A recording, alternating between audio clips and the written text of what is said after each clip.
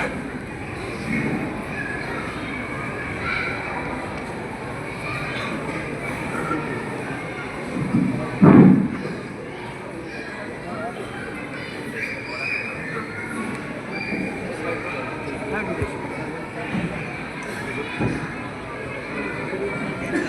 الله الرحمن الرحيم. الحمد لله رب العالمين والصلاة والسلام على سيد الأنبياء والمرسلين وعلى آله وصحبه أجمعين، أما بعد، فإن أصدق الحديث كتاب الله وأحسن الهدي هدي محمد صلى الله عليه وسلم، وخير الأمور موازينها وشر الأمور محدثاتها، وكل محدثة بدعة وكل بدعة ضلالة وكل ضلالة في النار. وبالسند المتصل منا الى الشيخ الامام الحافظ الحجه امير المؤمنين في الحديث ابي عبد الله محمد بن اسماعيل بن ابراهيم بن المغيرة بن بردشبة الجعفي المالكي البخاري رحمه الله تعالى. اللهم انفعنا وارفعنا بعلومهم وعلومكم اجمعين، امين يا رب العالمين. انه قال: باب قول الله: ونزع الموازين القسط يوم القيامه وإن أعمال بني آدم وقولهم يوزن. وقال مجاهد: القسطاس والعدل بالرومية، وقال القسط مصدر المقسط وهو العادل، وأما القاصد فهو الجاهل.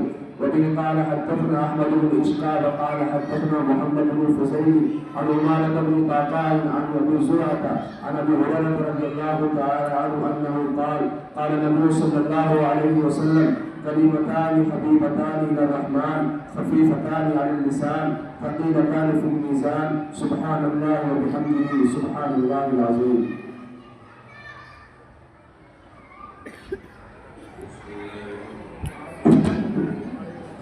بسم الله الرحمن الرحيم. الحمد لله نحمده ونستعينه ونستغفره ونؤمن به ونتوكل عليه، ونعوذ بالله من شرور أنفسنا ومن سيئات أعمالنا، ونعوذ بالله من شرور أنفسنا ومن سيئات أعمالنا،